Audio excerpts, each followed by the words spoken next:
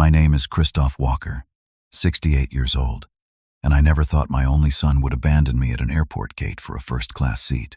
After building a $30 million fortune from nothing, I believed I had taught Jackson better values. That day changed everything. As I watched him board without a backward glance, something broke inside me. By the time his plane landed, my attorney had already started removing him from my will. Money reveals character in ways nothing else can. If you have ever felt the sting of family betrayal, tap like and subscribe, and let me know where you are watching from. This story might help heal wounds you thought would never close. I was born and raised in a small industrial town outside Pittsburgh, Pennsylvania. My father worked at the steel mill for 42 years, and my mother cleaned houses for the wealthier families across town. We never had much, but they instilled in me the values that would eventually build my fortune: hard work, integrity, and treating people right. I still remember the smell of steel dust on my father's clothes when he would come home exhausted but never complaining. In 1983, when the personal computer revolution was just beginning, I took my savings of $12,000 and started Walker Technologies from our garage. Back then, everyone thought I was crazy to leave my stable job at the engineering firm. The first few years were lean. I ate ramen noodles and worked 20-hour days, developing software solutions for local businesses who were just beginning to computerize their operations. I met Laura at a regional business conference in 1986. She was representing her accounting firm, and I was desperately trying to make connections to keep my fledgling company afloat. Laura had the warmest smile and the sharpest mind in the room. When she asked detailed questions about my business model that no one else had thought to ask, I knew she was special. We were married exactly 1 year later, and she became not just my wife, but my business partner and moral compass. Jackson was born in 1989. I remember holding him in the hospital, this tiny person with Laura's eyes and my stubborn chin, and feeling a love so overwhelming it nearly brought me to my knees. Despite the growing demands of the business, I made a promise that day to always put family first. For many years, I kept that promise. Jackson would play under my desk while I made sales calls, and Laura would bring dinner to the office on late nights so we could at least eat together. My business philosophy was simple: deliver more than you promise, never cut corners, and treat your employees like family. While other tech companies of that era became known for brutal hours and burnout, Walker Technologies developed a reputation for loyalty. Many of my first 10 employees stayed with me until retirement. When people asked how I kept such talent, I always said I just treated them the way I would want to be treated. The big breakthrough came in 1996 when we secured our first government contract. After presenting our inventory management solution to the Department of Defense, we beat out companies 10 times our size. That $30 million contract transformed Walker Technologies overnight from a regional player to a national name. Suddenly, we were moving to a real office building, hiring dozens of new employees, and seeing our bank account grow in ways I had only dreamed about. Through it all, Laura kept us grounded. Even as our home upgraded from a modest ranch to a lakeside property, she insisted we maintain the same values. Jackson attended public school. We took camping vacations. Every employee got a generous bonus when the big contract came through. Those were the happiest years of my life. Then came 2004. Laura started having headaches. Persistent, worsening headaches. After weeks of her dismissing my concerns, I finally convinced her to see a doctor. The diagnosis was glioblastoma, an aggressive brain cancer. 8 months later, she was gone. Jackson was 15 years old. Losing Laura nearly destroyed me. The only thing that kept me functioning was knowing Jackson needed me more than ever. I became both father and mother overnight to a teenage boy who was angry at the world for taking his mom. I tried everything to connect with him, to help him process his grief, but I was barely processing my own. Looking back, this was when the problems began. In my guilt and grief, I started giving Jackson whatever he wanted: the newest video games, a car on his 16th birthday, expensive clothes. I thought I could somehow fill the hole Laura left with things. It was the worst mistake I could have made. By his junior year, Jackson was showing signs of entitlement that worried me. When his grades slipped, he expected me to call the school rather than work harder. When he crashed the car, He assumed I would replace it without question. I tried to course correct, instituting chores and consequences, but it felt too late. The foundation had already been laid. Against Laura's wishes, I transferred Jackson to Westfield Academy, an exclusive private school, for his senior year. I told myself it was for the connections and college opportunities, but truly, I was hoping they could instill the discipline I had failed to maintain. He graduated with mediocre grades, but charm and family money secured him a spot at Dartmouth anyway. College was 4 years of expensive apartments, spring break trips I funded, and academic probation notices I paid to resolve. Each semester I promised myself I would stop enabling him, but the fear of losing my only remaining family always won out. When he graduated with a business degree, I felt relief. Now in the structured environment of Walker Technologies, under my direct guidance, surely Jackson would finally grow into responsibility. How wrong I was. Jackson joined Walker Technologies in 2011 as a junior executive. I created a special position that would expose him to all aspects of the business, hoping he would find his passion and eventually take over. The company had grown to over 300 employees by then, with annual revenues exceeding $70 million. I was proud of what I had built and eager to share it with my son. From the beginning, there were problems. Jackson would arrive late to meetings or miss them entirely. His project deadlines would pass without completed work. When confronted, he always had excuses or blamed team members. My executive team started coming to me with concerns, which I initially dismissed as growing pains. Within 6 months, I discovered Jackson was using his company expense account for personal purchases, restaurant bills for $500 on weekends, first-class flight upgrades, even a weekend at a ski resort classified as a client meeting, though no clients were present. When I called him into my office to discuss it, he seemed genuinely surprised that I was upset. "Dad, I am the owner's son," he said with a confidence that chilled me.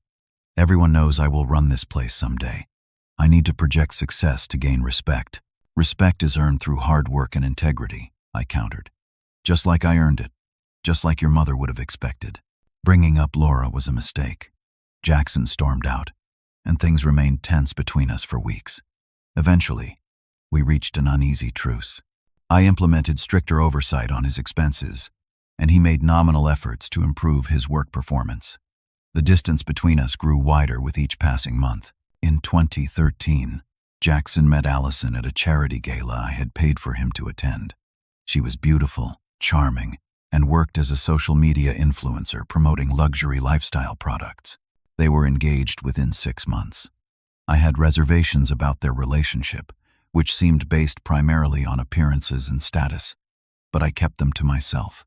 After all, who was I to judge someone else's happiness? Their wedding was featured in several magazines, largely due to Allison's connections and my willingness to fund an extravagant celebration. $300,000 for a single day that felt more like a business networking event than a family milestone. Laura would have hated every minute of it. Despite my concerns, becoming a grandfather brought me unexpected joy. Thomas was born in 2015, a chubby, happy baby who reminded me so much of Jackson as an infant. For a while, it seemed like the birth of my grandson might repair the growing divide in our family. Jackson and Allison purchased a 5,000-square-foot house in the most exclusive neighborhood in the city, with my assistance on the down payment. I visited often, bringing gifts for Thomas and hoping to strengthen our bonds. As Thomas grew into a toddler, I noticed troubling patterns. Jackson and Allison employed a full-time nanny, despite neither having demanding work schedules. They frequently traveled without their son, leaving him sometimes for weeks with caregivers. When I offered to watch Thomas myself, they would find excuses why that wasn't possible. It felt as though my grandson was another accessory in their carefully curated social media life. Meanwhile, at the company, Jackson began pushing for advancement. Despite his mediocre performance, he expected to be promoted to senior management. During board meetings, he would make grandiose proposals without understanding the operational details. Each time I had to rein him in, his resentment grew more obvious. In March of 2022, I received the call that would change everything. My younger brother, Walter, who lived in Phoenix, had been diagnosed with stage 4 pancreatic cancer. The prognosis was grim, 3 to 6 months, at most. Walter and I had remained close after Laura's death. He was my last connection to our shared childhood, my most trusted confidant, and Thomas's beloved great-uncle. "You need to come soon, Chris," Walter told me during one of our weekly calls, his voice weaker than I had ever heard it. "The doctors are saying things are moving faster than they expected."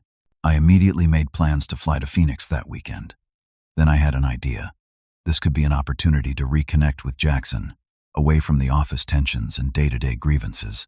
A chance to remind him of what really matters in life before it's too late. I called Jackson that evening and explained the situation. To my surprise and relief, he agreed to come along without hesitation. Walter had always been kind to him, especially after Laura's death. I booked 2 economy tickets for Friday morning, planning to rent a car for the weekend so we could take short drives around Arizona between hospital visits. Maybe during those quiet moments in the car, we might find our way back to each other. "Economy?" Jackson questioned when I emailed him the itinerary. "Dad, it's a 4-hour flight. Couldn't you at least book business class?" "The flights were filling up," I explained, swallowing my disappointment at his response. And it seemed more important to be on the same flight than to have extra legroom. Jackson made a non-committal sound, but didn't press further. As the trip approached, I found myself feeling hopeful. This shared experience, this reminder of life's fragility, might be exactly what our relationship needed. I packed with care, including Walter's favorite books and photos from our childhood to bring to the hospital. I could never have imagined how that ordinary Friday morning would permanently alter the course of our family's future. The airport was crowded that Friday morning. I had arranged for a car service to pick us both up, and to my surprise, Jackson was ready on time.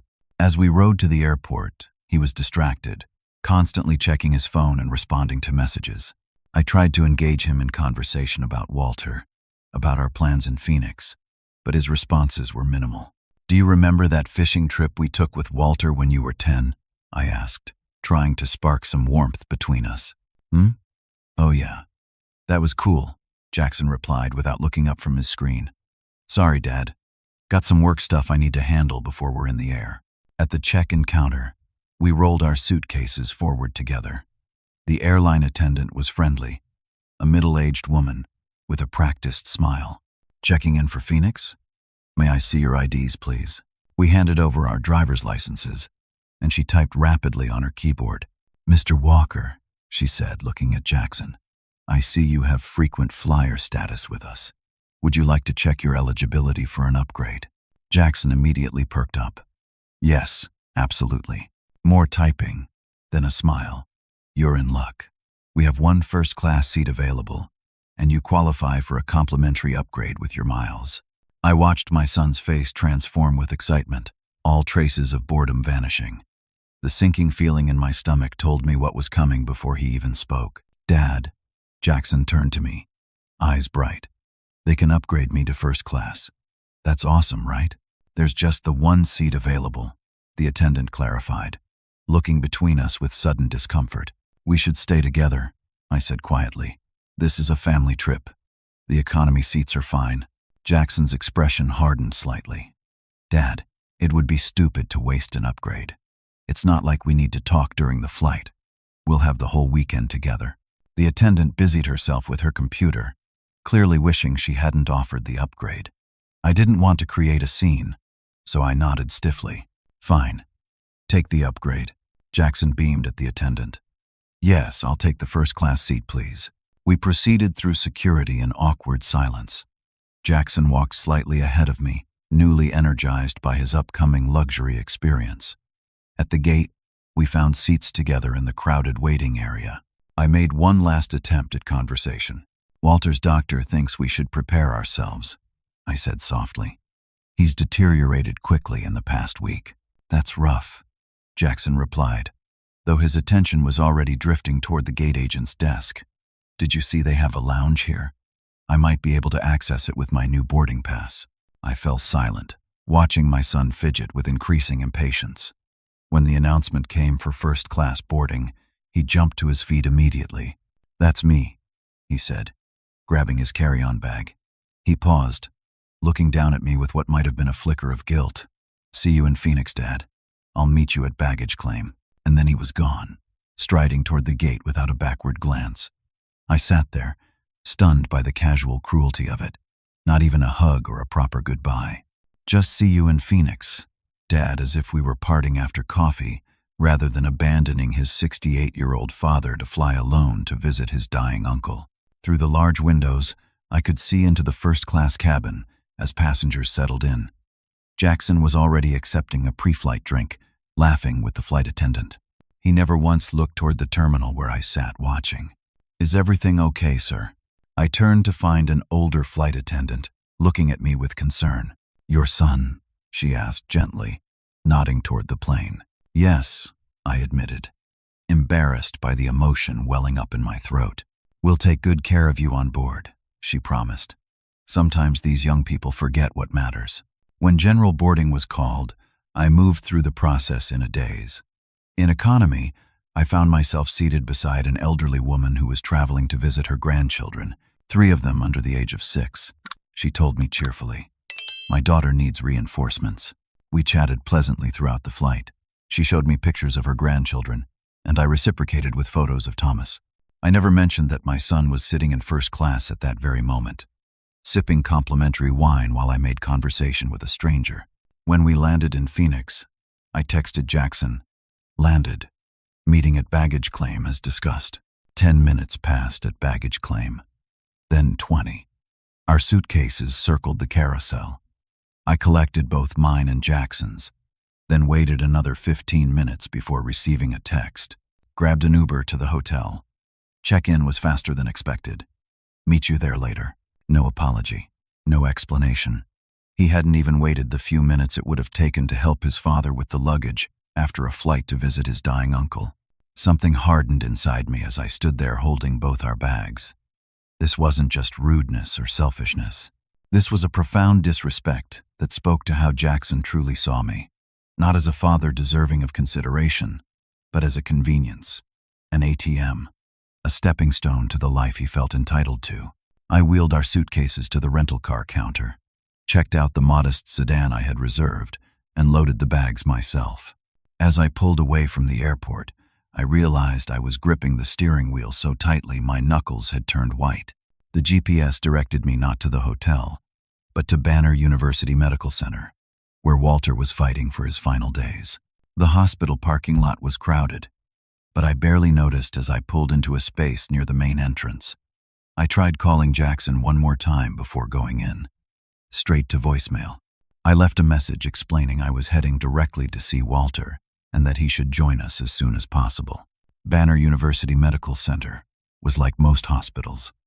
Antiseptic smell, fluorescent lights, and that particular hush that seems reserved for places where life and death converge. I found Walter's room in the oncology wing, my footsteps echoing in the quiet hallway. Walter had always been the robust one of us, brothers. 6 feet tall, broad-shouldered, with a booming laugh that filled rooms. The man in the hospital bed barely resembled him. Gaunt, jaundiced, with tubes and monitors creating a technological cocoon around what remained of my younger brother. But when his eyes opened and found mine, the spark of recognition was pure Walter. "Chris," he whispered, his voice a paper-thin version of itself. "You made it." I moved to his bedside, taking his hand carefully between mine. His skin felt like parchment stretched over bone. "Of course I made it. Wild horses couldn't keep me away." Walter's eyes moved past me to the doorway, searching. "Jackson?" The simple question broke something inside me. Standing in that sterile room, holding my dying brother's hand, the accumulated weight of years of disappointment suddenly became unbearable. To my horror and shame, I began to cry. Not dignified tears, but racking sobs that bent me over Walter's bed. "Chris, what's wrong? What happened?" Walter's weak hand patted mine with concern.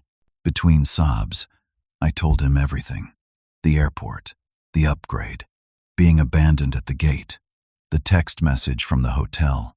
With each detail, my grief transformed into clarity. When I finished, Walter was quiet for a long moment. Finally, he spoke with the directness of someone who no longer has time for niceties. You've been enabling him for years, Chris. You know that, right? I nodded miserably. Since Laura died, Walter continued, you've tried to buy his love, but all you've done is teach him that he doesn't have to respect you to benefit from your success. I was afraid of losing him, I admitted. After Laura, I couldn't bear to lose anyone else. And now I feel like I've already lost him. The son I thought I had. I don't think he exists. My phone buzzed with a text from Jackson. At the hotel pool. Great amenities here. We'll try to come by hospital this evening if not too late. I showed the message to Walter, whose expression hardened. Chris, I'm dying. We both know it. I don't have time to watch you continue this pattern. If you love Jackson, truly love him, you'll establish consequences now, before it's too late for him to learn. What are you suggesting? You know exactly what I'm suggesting. The only language Jackson seems to understand is money. So speak to him in those terms. I sat back in the hospital chair, Walter's words resonating with uncomfortable truth. For years, I had used my wealth as a substitute for the harder work of parenting. Perhaps it was time for a different approach. I need to make a call, I said, standing up. In the hospital parking lot, sitting in my rental car, I dialed a number I knew by heart. Franklin Mills had been my attorney for 30 years. He had drafted my will, handled my business contracts, and become a trusted friend in the process. Franklin, it's Christoph Walker. Chris, good to hear from you. How's Walter doing? Not well. That's partly why I'm calling. I need to make some changes to my estate planning. Significant changes. Today, there was a brief pause on the line. I understand. What do you have in mind? For the next 20 minutes, I outlined my new instructions. Remove Jackson as primary beneficiary. Create a trust for Thomas that would fund his education and provide a reasonable stipend, but only after age 30. Allocate significant portions to pancreatic cancer research in Walter's name and to a scholarship fund in Laura's memory. The remaining assets would be directed to a foundation supporting first-generation entrepreneurs, people like I had been decades ago. Are you sure about this, Chris? This is a substantial change. I've never been more certain of anything in my life, I replied, watching doctors and nurses coming and going from the hospital entrance. Can you draw up the paperwork immediately? I can have preliminary documents ready by tomorrow. I'll email them for your review, then prepare the final versions for signature when you return. Thank you, Franklin. And please keep this confidential for now. As I ended the call, I felt an unexpected lightness. For years, I had used the promise of inheritance as a substitute for the boundaries I should have established. No more. I returned to Walter's room to find him sleeping. I sat quietly beside him, thinking about all the memories we shared. Fishing trips, his best man's speech at my wedding, the week he stayed with Jackson and me after Laura's funeral, cooking meals and making sure we got out of bed each day.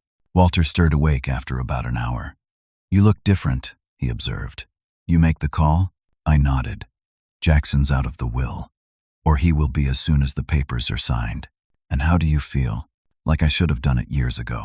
Walter smiled weakly. Better late than never, brother. We spent the afternoon talking about childhood memories, about Laura, about the business. As the sun began to set, casting long shadows through the hospital window, Walter's breathing became more labored. The nurse increased his pain medication, and he drifted in and out of consciousness. At 7:30, just as the night shift was coming on duty, my phone buzzed with a text from Jackson. Got caught up with some business contacts at the hotel. Will definitely come first thing tomorrow. Order room service here is amazing. I didn't respond. At 9:15, Walter took his last breath, his hand in mine. His passing was peaceful, the culmination of a life well lived. I sat with him for a long time afterward, saying my private goodbyes. It was nearly 11 when I finally arrived at the hotel. Jackson was at the bar, laughing with a group of strangers. Dad, he called when he saw me. Come join us. These guys are in medical equipment sales. The eager look in his eyes told me everything. Not concern for his great-uncle, not compassion for his father, but the scent of a potential business opportunity. Even here, even now. Walter is gone, I said flatly. Jackson's face fell in what looked like practiced sympathy. Oh no, I'm so sorry. When? About 2 hours ago. Man, if I had known it would be tonight, he began, before faltering under my steady gaze. You'd have what, Jackson? Squeezed in a quick visit between cocktails? Made sure your name was mentioned in his final hours so your inheritance would be secure? The group at the bar had gone silent, sensing the tension. Jackson laughed nervously. Dad, you're upset. Let's talk tomorrow when you've had some rest. Yes, I agreed, suddenly exhausted beyond words. Let's do that. As I walked toward the elevator, I heard Jackson explaining to his new friends. My dad's brother just passed. Emotional time for everyone. Another round. Some part of me had hoped that news of Walter's death would break through Jackson's self-absorption. That small hope died as the elevator doors closed behind me. The next morning, I woke early and spent 2 hours making arrangements for Walter's body to be transported back home for burial. Jackson was nowhere to be found. When he finally emerged from his room around 11, he was dressed in swimming trunks and a hotel robe. Morning, Dad. Thought I'd hit the pool before lunch. He paused, seeming to remember the circumstances. Unless you need help with anything for Uncle Walter, the arrangements are already made, I replied. Walter will be flown home tomorrow. The funeral will be next Thursday. Next Thursday? Jackson frowned.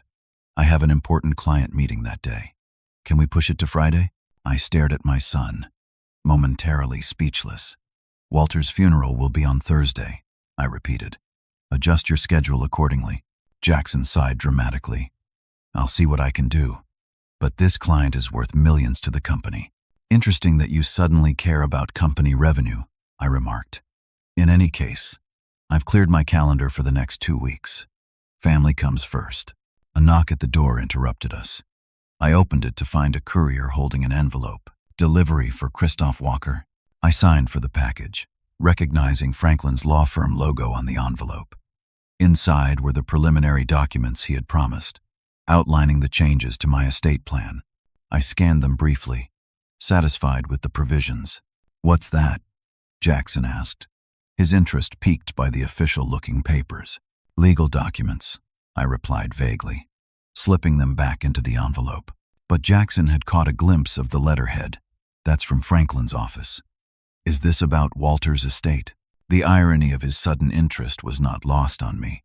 No, it's personal business. What kind of personal business requires overnight document delivery while we're dealing with a family death? His tone had shifted from casual to suspicious. Jackson, this isn't the time. It's about your will, isn't it? His voice hardened. You're making changes. There was no point in denying it. Yes, I am making some adjustments to my estate plan. Jackson's face flushed red. Adjustments? What kind of adjustments? That's between me and my attorney. Like hell it is, Jackson exploded, his poolside plans forgotten. That's my inheritance you're messing with. And there it was. Not Dad. Are you okay? Not what can I do to help. Just the raw entitlement I had fostered for too many years. Your inheritance? I repeated quietly. You believe you're entitled to my money simply because you're my son? Of course I am. I'm your only child. Who else would get it? Some charity? The company? I remained calm in the face of his growing anger. The money is mine to distribute as I see fit, just as the first-class seat was yours to enjoy yesterday. The reference to the airport incident stopped him cold. Is that what this is about? You're punishing me over an airplane seat? No, Jackson. I'm finally seeing clearly after a lifetime of willful blindness. The airplane was just the final confirmation of what I've known for years but refused to admit. And what's that? He sneered. That you value what I can give you, not who I am. That you see my success as your entitlement, rather than something to earn through your own merit. That despite every advantage I've provided, you've never developed the character your mother would have expected from her son. Jackson's face contorted with rage. Don't you dare bring Mom into this. She would be disgusted by how you're treating me. Laura, I said deliberately, valued integrity above all else. She would have been heartbroken to see how you've turned out. You self-righteous old man, Jackson hissed. You think I don't know you're disappointed in me? You think I can't feel it every time you look at me? Nothing I do is ever good enough for the great Christoph Walker. I've never asked for greatness, Jackson. Just decency, just effort. Well, here's some effort for you, he snarled, grabbing his phone. I'm calling Allison right now. Say goodbye to ever seeing Thomas again if you go through with this. The threat hit me like a physical blow. I had anticipated anger, but using my grandson as leverage was a new low. You would use your own son as a pawn? I asked quietly. Try me, Jackson challenged, holding my gaze as he put the phone to his ear. I maintained my composure with effort. Make your call. But know this. Whatever you decide today will have permanent consequences. Something in my tone must have reached him because he lowered the phone slightly. What's that supposed to mean? It means I won't be emotionally blackmailed. Not anymore. If you choose to keep Thomas from me out of spite, that's your decision to live with. But my decisions about my estate remain mine alone. We stood at an impasse, father and son, separated by more than just the few feet of hotel carpet between us. Finally, Jackson pocketed his phone. This conversation isn't over, he warned. Not by a long shot. The remainder of our time in Phoenix was spent in cold silence. Jackson arranged his own flight home, claiming a business emergency required his early return. I stayed to oversee Walter's arrangements, finding solace in the administrative tasks that kept my mind occupied. At Walter's funeral the following Thursday, Jackson arrived late, perfectly attired in an expensive black suit, and performed the role of grieving nephew flawlessly for the assembled relatives. He spoke eloquently about Walter's influence on his life, sharing anecdotes I suspected were largely fabricated. The performance sickened me, but I maintained a dignified silence. We flew back separately, Jackson again claiming business commitments that prevented him from traveling with me. Word of the changes to my will had spread through the family grapevine, and sides were quickly being chosen. My sister Marianne called to express her support. It's about time, Chris, she said firmly. We've all watched you spoil that boy for years. Maybe this will finally wake him up. Others were less supportive. Laura's brother called to berate me for destroying the family and dishonoring Laura's memory. I listened politely, but remained resolute. Jackson's next move was predictable. He called an emergency board meeting at Walker Technologies, attempting to rally support among the senior executives. Many had watched his lackluster performance for years and were unmoved by his sudden interest in company governance. When he suggested that I might be experiencing cognitive decline, the meeting dissolved into uncomfortable silence. Mr. Walker has shown nothing but sharp business acumen in every interaction I've had with him, said Margaret Chen, our CFO of 15 years. I think we should table this discussion until you have concrete evidence rather than speculation. Jackson stormed out. Another tactical error in a growing list of miscalculations. Rather than confronting the real issue, my son seemed determined to double down on his entitlement, confirming the very concerns that had led to my decision. That evening, as I sat alone in the home that had once been filled with Laura's laughter, I felt a strange mixture of sadness and resolve. The path forward would be difficult, but for the first time in years, I knew it was the right one. Not just for me, but ultimately for Jackson as well, whether he could see it yet or not. In the weeks following Walter's funeral, I found myself reinvigorated with a new sense of purpose. For too long, I had been gradually withdrawing from active management of Walker Technologies, preparing for a retirement that would leave Jackson in control. Now, seeing clearly the disaster that would have been, I returned to full-time involvement in day-to-day operations. The employees seemed genuinely pleased by my renewed presence. Many had worked with me for decades and shared my vision for the company's culture and future. I began holding regular town halls, reconnecting with team members at all levels, and reviewing projects I had previously delegated. It's good to have you back, Chris, said Harold Jenkins, our head of product development and a 20-year veteran of the company. Things had started to drift a bit. I knew what he meant without him having to elaborate. Jackson's influence had begun to erode the core values that had made Walker Technologies successful. A subtle shift toward appearances over substance, flash over function, short-term gains over long-term stability. With my re-engagement came new initiatives. I established a partnership with the local community college to create a technology scholarship program in Laura's name. The Laura Walker Memorial Scholarship would provide full tuition and mentorship to 5 first-generation college students each year, with summer internships at our company. I also reached out to the pancreatic cancer research team at Banner University Medical Center, where Walter had spent his final days. After several meetings with their lead scientists, I committed $3 million to fund a new research initiative focused on early detection methods. These projects gave me a sense of purpose I hadn't felt in years. Rather than simply accumulating wealth for Jackson to eventually inherit, I was using my resources to create meaningful change. It felt right. It felt like what Laura would have wanted. Jackson, meanwhile, had launched a different kind of campaign. Through Allison's social media influence, they began creating content that subtly portrayed me as an aging man making irrational decisions, never explicitly stating I was mentally declining, but strongly implying it through carefully edited videos and photos. "Just concerned about Dad," Jackson would say to the camera, while Allison nodded sympathetically beside him. "He's been making some strange choices lately. We're monitoring the situation." Their followers, mostly strangers who knew nothing about our family dynamics, were quick to offer support and suggestions, many involving legal ways to challenge my competence. It was a calculated strategy, building a public narrative to support a potential guardianship petition. My attorney Franklin called to warn me. "They're laying groundwork, Chris. I've seen this before. You need to be proactive. What do you suggest? Get a full neuropsychological evaluation from a reputable hospital. Have the results documented and notarized. We'll keep them on file in case they try to claim diminished capacity." I followed his advice, undergoing extensive testing that confirmed what I already knew. I was completely competent, with cognitive functioning well above average for my age. The doctors noted that I showed exceptional executive functioning and decision-making capabilities. Franklin added the reports to his growing file. The next escalation came in the form of legal threats. Jackson hired his own attorney, who sent formal letters demanding access to company financial records and challenging my authority to make certain business decisions without board approval. Each letter was more aggressive than the last, with thinly veiled threats of litigation.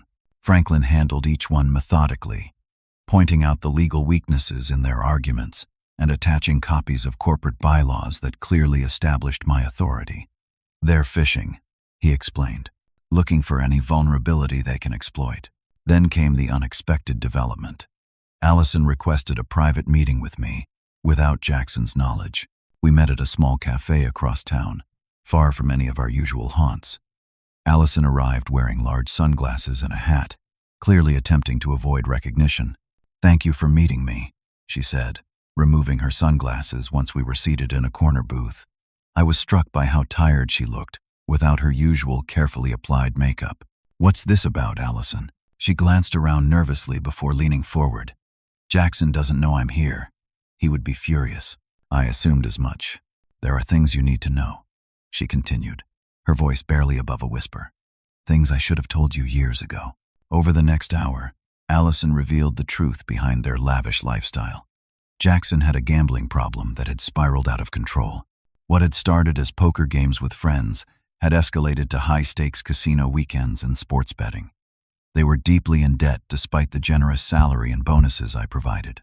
"The house is mortgaged to the hilt," she admitted. "The cars are leased. We're behind on Thomas's private school tuition. Jackson keeps saying one big win will fix everything, but it never does." "Why are you telling me this now?" I asked, though I suspected I knew the answer. "Because he's talking about taking more drastic measures," she said, tears forming in her eyes. "He mentioned something about company accounts he has access to. Said it would just be temporary, to cover some debts until his luck turned around." My blood ran cold. "He's considering embezzlement." Allison nodded miserably. "I love Jackson, but I have to think about Thomas. If Jackson does this and gets caught." I reached across the table and took her hand. "Thank you for coming to me. You did the right thing." That evening, I called an emergency meeting with Franklin and our company's financial team. A thorough audit revealed that Jackson had already begun diverting small amounts from a marketing budget he oversaw. Nothing large enough to trigger automatic alerts, but a clear pattern was emerging. The decision to remove Jackson from the company was the hardest one I'd ever made. Security was present when he arrived the next morning, and I had Franklin there to handle any legal threats. Jackson's company devices and access cards were collected, and he was escorted from the building as employees watched in shocked silence. "You'll regret this," he hissed as the elevator doors closed between us. "I promise you'll regret this." The media caught wind of the story almost immediately. Tech CEO fires own son, amid fraud allegations, screamed the headlines. Jackson and Allison went into damage control mode, giving exclusive interviews claiming I was acting irrationally and that Jackson had been working on an internal audit himself when I misinterpreted his actions. Through it all, my primary concern was Thomas. He was 5 years old now, old enough to sense the tension but too young to understand its causes. I arranged with Allison to have private time with him away from Jackson, establishing a special trust for his education that neither parent could access. During this chaotic period, I found unexpected support from Harold Jenkins, my product development director. Harold had joined the company fresh out of college and grown with us through every phase of expansion. His integrity and work ethic reminded me of my own early days, and I began to mentor him more intentionally, seeing in him the successor I had once hoped Jackson would be. "The company is bigger than any one person," Harold said during one of our strategy sessions, "even its founder. What matters is preserving the values that built it." He was right, of course. Walker Technologies had always been about more than profits. It was about creating products that improved lives, providing good jobs for hundreds of families, and maintaining the highest ethical standards. Those principles would outlive me if I ensured the right leadership was in place. As spring turned to summer, I found myself increasingly involved in community initiatives. The scholarship program, cancer research fundraising, a new mentorship program for young entrepreneurs. These activities filled my days with purpose, gradually replacing the grief and disappointment that had dominated the past months. During one of these charity events, I found myself sharing a table with a family whose son had received our scholarship. Their gratitude was palpable, their pride in their child's achievements genuine. As I listened to them speak about sacrifices made and dreams for the future, I felt a clarity I hadn't experienced in years. Money couldn't buy the authentic connection I witnessed in that family. All my wealth hadn't created character in Jackson. Perhaps, I reflected, that had been my greatest failure as a father. In trying to give him everything, I had actually given him too little of what truly mattered: boundaries, consequences, the dignity of earning his own way. That night, I added a new provision to my estate plan. A smaller trust would be established for Jackson, accessible only after completing a certified financial management program and 1 year of verified community service. It wasn't punitive. It was an opportunity. A final act of genuine parenting, offered in hope rather than anger. Whether he would ever take that opportunity remained to be seen. 6 months passed, bringing with them the slow healing that only time can provide. The seasons changed, business continued, and gradually a new normal established itself in my life. The media interest in our family drama eventually faded, replaced by newer scandals and celebrity gossip.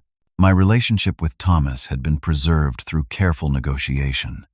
I now had scheduled visits twice monthly, always supervised by Allison rather than Jackson. These precious hours with my grandson became the highlight of my calendar, each visit carefully planned to create meaningful memories. "Grandpa, can we build another model airplane today?" Thomas would ask, his eyes bright with the same curiosity I had once seen in Jackson's. "Absolutely," I would reply, savoring his excitement over simple pleasures. And afterward, maybe some ice cream. Jackson had entered a rehabilitation program for gambling addiction, not voluntarily but as part of a plea agreement relating to the company funds he had misappropriated. I had been reluctant to press charges, but Franklin convinced me that natural consequences were the only way forward. "If you shield him from this, Chris, you're right back where you started," he had argued. "Sometimes rock bottom is the only foundation solid enough to rebuild on." The legal arrangement we reached was fair but firm. Jackson would complete 90 days of inpatient treatment, make full restitution of the diverted funds, and serve 2 years of probation. In exchange, Walker Technologies would not pursue further criminal charges. Allison filed for divorce during Jackson's second week in treatment. The news came not as a surprise but as a confirmation of what had been inevitable for some time. Their relationship, built largely on appearances and affluence, couldn't withstand the pressure of real adversity. I needed to make a clean break, she explained during one of our handoffs with Thomas. For him and for me. You're doing the right thing, I assured her. Thomas needs stability. We had developed an unexpected alliance, Allison and I, united by our concern for Thomas's well-being. She had enrolled in business courses at the local university, determined to create financial independence for herself and her son. I respected her resilience and supported her efforts without overstepping. At Walker Technologies, Harold Jenkins had proven himself an exceptional leader. I had promoted him to Chief Operating Officer, with a clear path to becoming CEO within 2 years. The company culture was stronger than ever, with employee satisfaction scores at record highs and product innovation flourishing. Your legacy is secure, Chris, Franklin commented during one of our regular lunch meetings. The company, the foundation, the scholarship program. You've created something that will outlast all of us. Not the legacy I once imagined, I admitted, but perhaps a better one. The holidays approached, the first I would spend without family gatherings in nearly 7 decades. Thanksgiving had always been at my home, with Jackson and Allison, Walter and Marianne, and in recent years, Thomas. This year, Thomas would be with me the weekend after the actual holiday, and Jackson would be completing his treatment program. Rather than dwell on what was lost, I decided to create something new. I volunteered to serve meals at a local shelter on Thanksgiving Day, bringing along several Walker Technologies employees who had nowhere else to go. The simple act of serving others brought unexpected joy, a reminder that family can take many forms. During December, I began recording a series of video messages for Thomas to view when he was older. Not bitter accounts of family disputes, but stories of his grandmother Laura, great-uncle Walter, and the early days of the business. Lessons I had learned, values I hoped would guide him, and unconditional love expressed in ways I had sometimes failed to communicate to Jackson. Your father and I have had our differences, I said in one recording, but never doubt that I love him, just as I love you. Sometimes the hardest decisions come from the deepest care. I also established a small trust for Jackson, separate from my main estate. It would provide modest but steady support contingent upon his continued recovery and demonstrated responsibility. Not enough to enable a return to his previous lifestyle, but sufficient to prevent true hardship and to show that despite everything, he remained my son. Marianne called on Christmas Eve, checking on me as sisters do. How are you really doing, Chris? Truthfully, better than I expected, I answered, surprising myself with the realization that it was true. There's a certain peace in living authentically, even when it's difficult. Laura would be proud of you, she said softly. It took courage to do what you did. I hope so, I replied, glancing at Laura's photograph on my mantel. I hope she would understand. The new year arrived with unexpected news. Jackson had completed his treatment program, and rather than returning to his previous social circles, had accepted a position at a small nonprofit organization helping young people develop financial literacy. The salary was modest, the work unglamorous, but it was honest employment that leveraged his business education for genuine good. He seems different, Allison reported after their first co-parenting exchange. Humbler, more present with Thomas. Recovery is a process, I cautioned, not wanting to raise false hopes. But every positive step matters. In February, I received a handwritten letter from Jackson, the first direct communication we'd had in months that wasn't filtered through attorneys. Dad, he wrote, I don't expect forgiveness or trust. I haven't earned either, but I am working to become someone who might deserve them someday. Thank you for not giving up on me entirely. I wouldn't have blamed you if you had. I read the letter several times, feeling neither triumph nor vindication, just quiet hope that perhaps the painful decisions had begun to bear fruit. I wrote back with similar simplicity, expressing support for his recovery journey and love that remained despite our difficult history. In early spring, I took Thomas fishing at the same lake where Walter, Jackson, and I had fished decades earlier. As I showed him how to bait his hook and cast his line, I felt a profound sense of continuity. The mistakes of one generation need not be repeated in the next. New patterns could be established. Better choices could be made. "Look, Grandpa, I caught one," Thomas exclaimed as his rod bent with the weight of a small base. "That's wonderful, Thomas. I'm so proud of you," I replied, helping him reel in his catch. The joy on his face, the sense of accomplishment in mastering a new skill, these were the true treasures no amount of money could buy. Later, as we sat eating sandwiches by the lakeshore, Thomas asked the question children eventually ask, "Why don't you and Daddy talk anymore?" I considered my answer carefully. Sometimes adults have disagreements about important things. Your dad and I both love you very much, but we needed some time apart to work on ourselves. Will you be friends again? I hope so, I answered honestly. Not exactly the same as before, but something new and better. As the sun began to set over the lake, casting golden light across the water, I reflected on the journey of the past year, the pain of betrayal, the difficult decisions, the grief and loss, but also the clarity, purpose, and authentic relationships that had emerged from the wreckage of false expectations. True wealth, I had learned, isn't measured in dollars or properties or possessions. It's found in integrity, in meaningful connections, in the courage to face difficult truths. Money can reveal character, but it cannot create it. That comes only through the slow, sometimes painful process of facing consequences, making amends, and choosing a different path forward. Thomas fell asleep on the drive home, his fishing rod clutched proudly in hand. Looking at his peaceful face in the rearview mirror, I felt profound gratitude, not for the material success that had defined my earlier life, but for the wisdom that comes only through adversity, for the chance to break harmful patterns, for the opportunity to build something more valuable than a business empire, a legacy of integrity that money cannot buy and time cannot erode. If you have experienced family conflicts over money or inheritance, I would love to hear your story in the comments. Have you ever had to make a difficult decision for someone you love? Did it turn out to be the right choice in the long run? Please like and subscribe if this story resonated with you, and share it with someone who might be struggling with similar family challenges. Thank you for listening, and remember that true wealth is measured not by what we have, but by who we are.